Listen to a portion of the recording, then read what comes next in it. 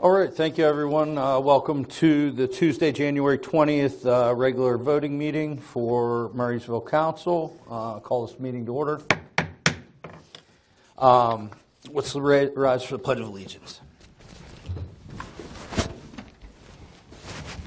I pledge allegiance to the flag of the United States of America and to the republic for which it stands, one nation, under God, indivisible, with liberty and justice for all. All right. If we can please take a roll call. Mr. Olszewski. Here. Mrs. Ling. Present. Mr. Lemak. Here. Mr. Corns. Here. Mr. McKenna. Here. Mr. Miller. Here. Mr. Diakopoulos. Here. Mayor Dice. Here. All right, thank you, Rideau. Michael, any unlisted amendments that we need to announce? None for this evening. The only one I am going to, is we are going to just do the liaisons for council. That's all. So we'll add that in there. All right, let's move to consent calendar items. Can I get a motion? So moved. Second. All right, thank you, Michael and Jamie. All in favor? Aye. All right, that passes the consent calendar items. Comments by Mayor Dice. Mr. Mayor. Sure. Thank you, President McKenna. Just two quick ones tonight. The first one is that the AARP will be having tax prep services. You can call the number at 724-374-3780 to schedule a free appointment. No walk-ins will be accepted, and the dates it's looking like are February 6th, February 27th, March 13th and 27th, and then April 10th. Next up, we have the Murraysville Recreation Department's Hot Chocolate Hike. It'll be Friday, February 13th. I guess that's Sweethearts Day, the Valentine's Day Eve. It's at Pleasant Valley Park at 2 p.m. So please stop by and join our recreation department. It'll be a great time. Thank you. And that's all I have for this evening. Thank you, President McKenna. All right. Thank you, Mr. Mayor. Comments by the Chief Administrator. Mike, anything? Yeah, just a few items to update council on. As of today, we got some great news. We were contacted by Representative Jill Cooper's office and also Senator Ward's office. PennDOT announced the Multimodal Transportation Fund grants. We were awarded $626,000, which was the amount we applied for, to do the replacement of the adaptive system on the Route 22 corridor. So the adaptive system, council is probably aware, is the system that controls all of the signals and synchronizes all of the lights along the 22 corridor, and also at Old William Penn and Vincent Hall. So we did get that grant, which is great news. The timeline on that project, as indicated in the grant application, is around 2 years for, I guess, the engineering, the specs, the purchasing, and then installation. So it will be a couple years before we get everything finalized, but the grant award is the first step toward that, so that's exciting news. So thank you to both Representative Cooper's office and Senator Ward's office. Additionally, we did get feedback from the engineering consultant for the Logan Ferry Bridge design. The quote for the engineering of that project alone is over $400,000. Council may recall we did receive an LSA grant a little over a year ago. That was an $800,000 grant for that bridge replacement. In our capital reserve, that project is over $2 million for the Logan Ferry Bridge replacement. So every little bit of funding counts, but this is the first step to getting that bridge replaced. The Logan Ferry Bridge, to recall, is the one across from the Murraysville Volunteer Fire Company. We did look at options about relocating that bridge, something that's been talked about in the municipality in the past, something we could still keep into consideration. But after meeting with the engineers, removing the Logan Ferry Bridge and not replacing that particular location just wasn't feasible. It wouldn't fit into the timeline, and so the replacement has to be done essentially without another plan kind of in place and in motion. So that bridge will have to be replaced. Council may recall there are several bridges in the community that present some issues for us, this being one of them. So this is the first step toward that, getting the quote for services, for engineering services. So it's a pretty big project. Talked with our engineer in-house, and the quote seems to be very fair as far as the estimated time to do all the design work. So that is what we're looking at there for the Logan Ferry Bridge project. And then lastly, and this may be something that we want to have as a discussion item, but the Recreation Department has asked if council would like to consider moving the Concert in the Park event from a Saturday to a Friday. They think that it may be a little bit more conducive to getting the event set up, as well as more conducive for the community because it doesn't occur in the middle of the weekend on a Saturday evening. So it'd still be a similar time frame, a roughly 5 p.m. start, but instead taking place on a Friday and going into Friday evening.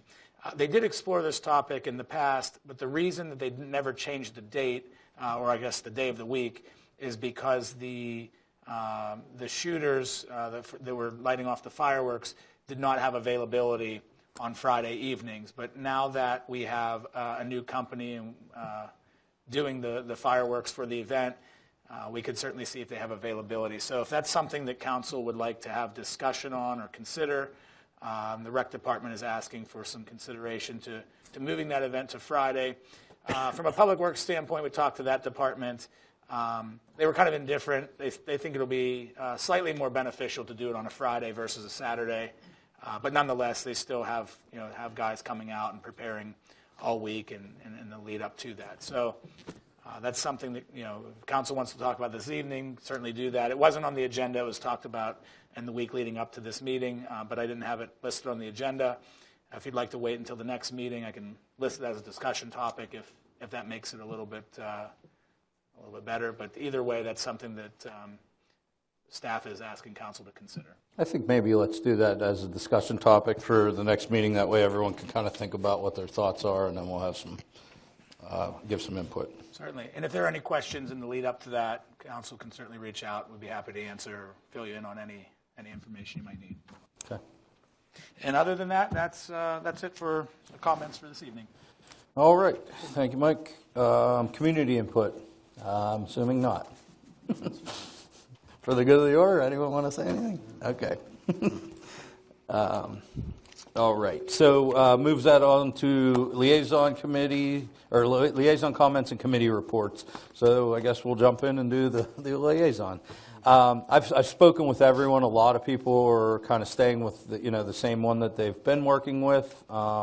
So as follows, Parks and Recreation will be me. The Parks Foundation is going to be Darren Miller. Planning Commission is Jamie Ling. The Medic 1 position is Michael Corns. Pension is Eli. And EAC is Matt again. And then also we're adding back, I did have a conversation with Dr. Perino from the school board, and we are going to bring back having a liaison to the school board so that we can kind of get some just interaction between the community and the municipality and the school district. We're doing a lot of programs, especially the Parks and Recreation department does a good bit of programs that affect the school children, and they're kind of done for them. And if we can have better communication with the families and whatnot of those events, I think we'll have better outcomes and turnouts for stuff like that. So I think that'll be a good thing to bring that back. And Darren Miller has volunteered to do that position. So the only one we do not have, so that everyone has assignments there.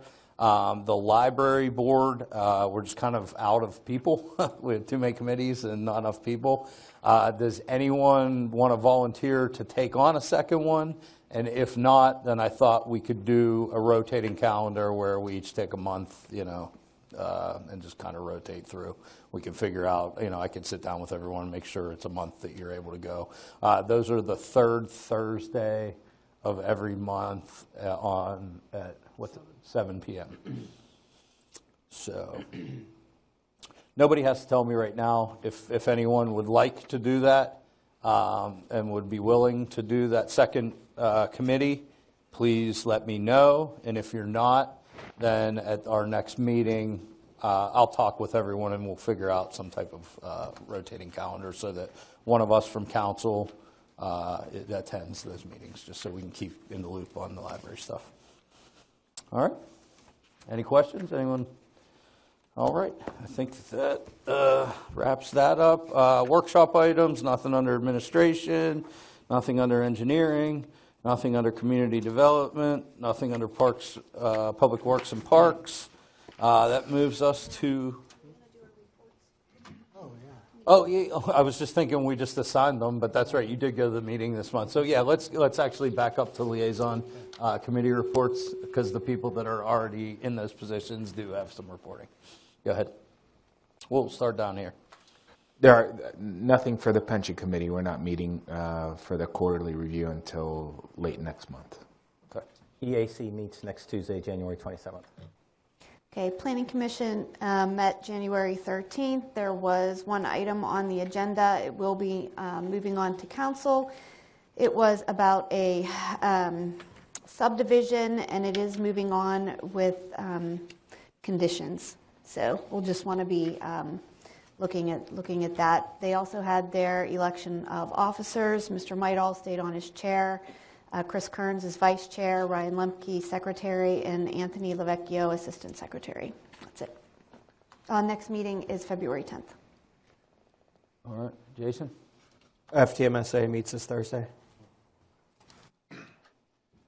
Yeah, Parks and Rec Foundation, we met this week. A lot of discussion around the new disc golf course that is coming and different ways that we can fundraise and have marketing for that disc golf course that's coming to the area. So to be determined, sponsorship opportunities are in the works, and it's exciting. All right. In Parks and Recreation, we did meet last Tuesday. Some of the things, Bill Chazar was able to attend, who was appointed to there, so it was great for him to get there and meet everyone, and they were very excited to have him. And we still will have one other position to fill there. Obviously the hot chocolate hike, and the only other big discussion point there, Public Works is working very hard to do all the picnic tables and painting and stuff like that they do during the winter, so that we're ready to launch off for the springtime when it comes. And then the other discussion point was the disc golf, which there's a lot of excitement around that. We've been having a lot of people contacting people on the Parks and Rec committee, and I think it's going to be very highly used. Some of the other communities that have one, Norwin, Ocala Park, it's pretty neat. Mac, the funding was already in place for that, right? When we approved Yes. that, Yeah. that was my understanding. Okay, all right, thank you. All right, that moves us to council action items. Can I get a motion for 13A, please? I'd like to make a motion to advertise ordinance number 1109-26, specifying the rate of pension contributions with respect to the police pension plan for the 2026 calendar year. Second. All right, Jason and Jamie, thank you. Mike? This one is a relatively straightforward item, a routine item. Each year, council must approve the rate of contribution for the police pension plan.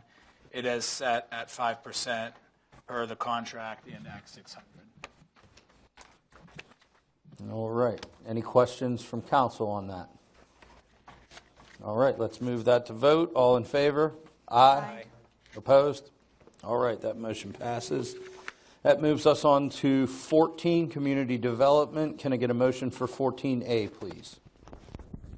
Motion to approve resolution number 813-26, approving the planning module for an alternate waste disposal system located at tax map number 49-03-00-0-060, 4932 Sardis Road.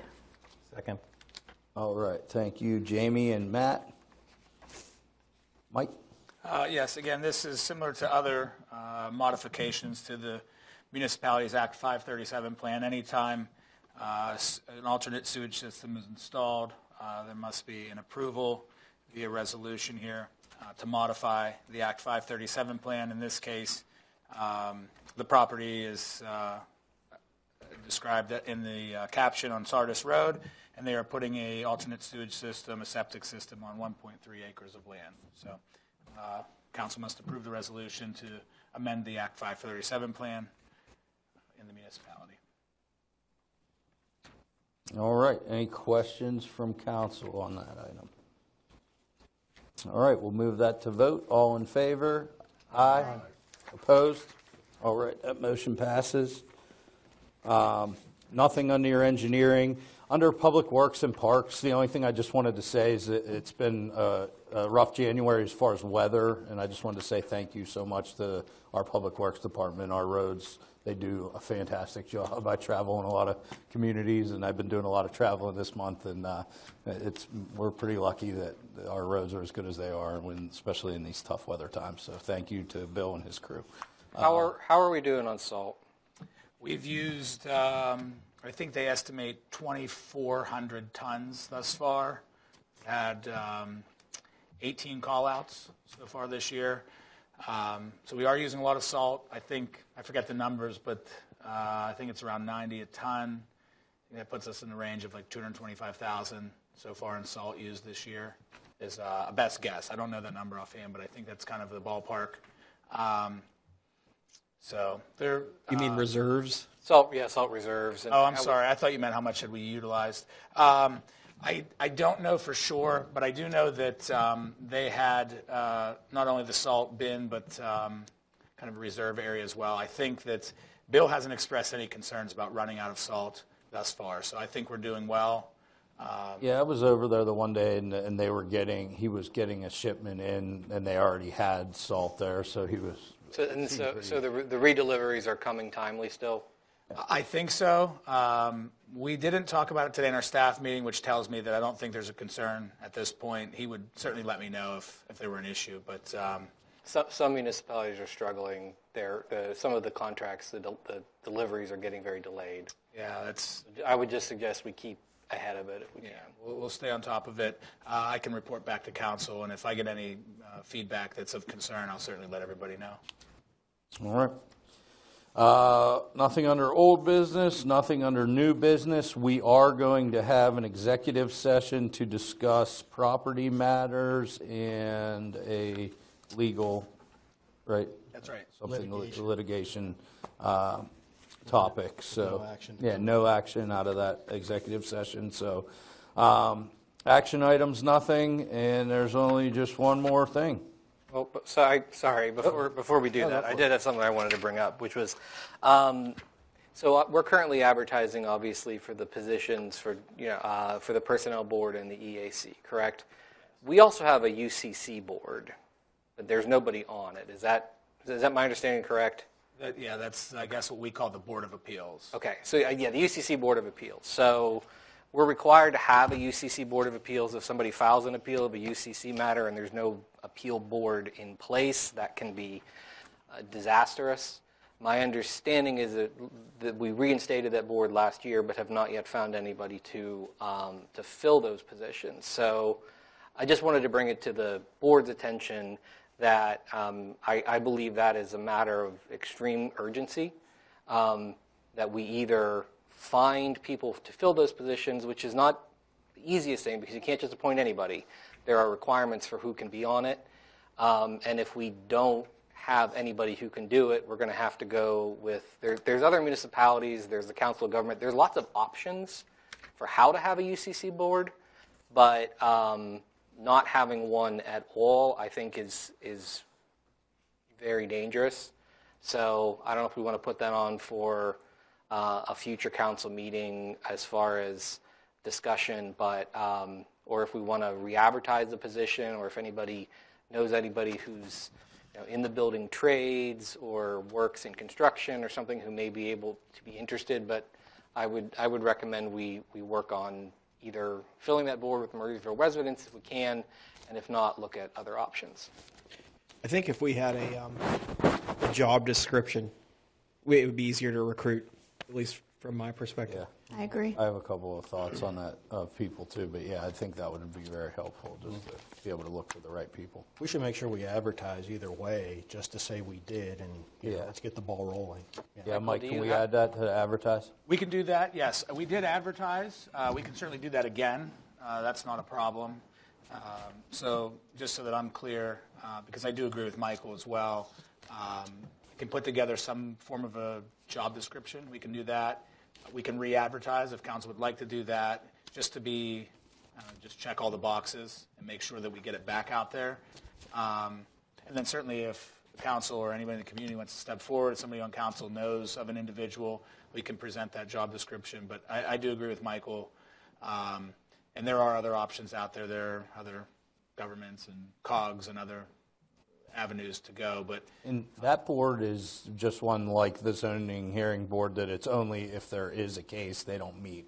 that's Appeal. It's It would for- just for be appeals. for an Yeah, appeal. it's an appeal of UCC. Right. Uniform Construction Code, yeah, Yeah, okay. matters. And I can list it on the next agenda as a discussion topic, just to kind of be safe, and we can then follow up at that point, and I will have an update for council when that time comes. If you have the job description or, from the code, from where it has sort of the requirements for that, so that everybody here can have that and maybe circle their own inner, friends and family and whatnot, maybe we can find some people who are interested in doing it that way. How many need to be on that board? I believe it's 3. Okay. And, yeah, we'll put together a job description. We don't have one currently. So. Okay, that'd be great. All right, thanks, Mike. Any council, have anyone else? Yeah, but it does list it in the code, so you can go into the code and look it up, That is. on your own without having to have a job description. You can do that. Do we have anything listed on our website, the municipal's website, for vacant positions? That's a good question. I don't know if that is listed. That might be another good avenue, Do that. And we are currently revamping the website. We get like a little refresher every 5 years through the contract that we have. So that one of the questions internally was, is there anything else to add to the site? So that may be something that we could put on there as kind of an openings page for any vacancies on whatever various boards might exist. So we can look at that. Public And Works, we had that position open. Do we still have that position open? Did we fill that, the Public Works position? Was that filled? Public Works? No. I don't think that, we filled a position last year, but we haven't done anything yet for this year. Okay. I'll check the website in lieu of doing that right now, and then if we don't have something up there where there is a place to post that, I'm sure that would be an easy item to add. Okay, thank you. You're welcome. All right, anyone else have anything? All right, I guess one more motion. Motion to adjourn. Second. All right, thanks, Jamie and Matt. That closes the meeting.